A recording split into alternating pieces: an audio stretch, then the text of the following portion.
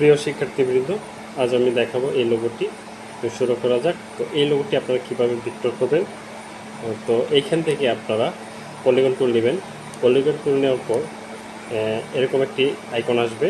তো আপনারা ডাউন এরো কির মধ্যে প্রেস করবেন, দেখবেন এরকম তিনটা কোণা আসবে। ঠিক আছে, তো আপনারা শিফটে ধরে এবং টান দেবেন। টান দেওয়ার পর এটিকে আপনারা মিলাবেন ঠিক করে বসেছে কিনা। ঠিক আছে, তো এটি এভাবে টান দিয়ে ঠিক করে বসাবেন। তো যদি সেম করতে চান তাহলে এভাবে তো কাস্টমাইজ করে নিতে হবে। ওকে, কাস্টমাইজ করার পর এটিকে আপনারা আলাদা করে টি বানাবেন। ঠিক আছে, তো এইটিকে আমরা স্ট্রোকে দিয়ে দিচ্ছি। স্ট্রোকে দেওয়ার পর এইটাকে আমরা আলাদা আলাদা করব। দেখেন আমি কন্ট্রোল অল্টার শিফটে ধরে আমি এটি নিচ্ছি এইভাবে, এবং আবার এটিকে কন্ট্রোল অল্টার শিফটে ধরে আমি এখানে দুইটা নিলাম। ঠিক আছে, একটা দুইটা। ঠিক আছে, নেওয়ার পর আবার এইখান থেকে আমি এটাকে কন্ট্রোল অল্টার শিফটে ধরে এটা নিচ্ছি, এটাকে আবার কন্ট্রোল অল্টার শিফটে ধরে নিচ্ছি। ওকে, এইটুকু করার পর সবগুলো ধরবেন আপনারা, সবগুলো ধরে কালার দিয়ে দেবেন।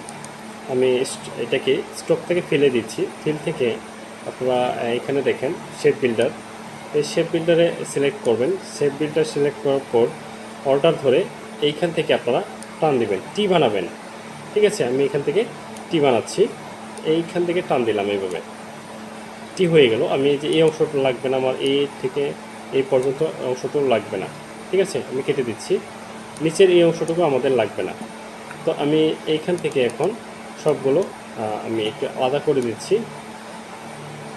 আমি এটিকে আলাদা করে দিব। আমি এখন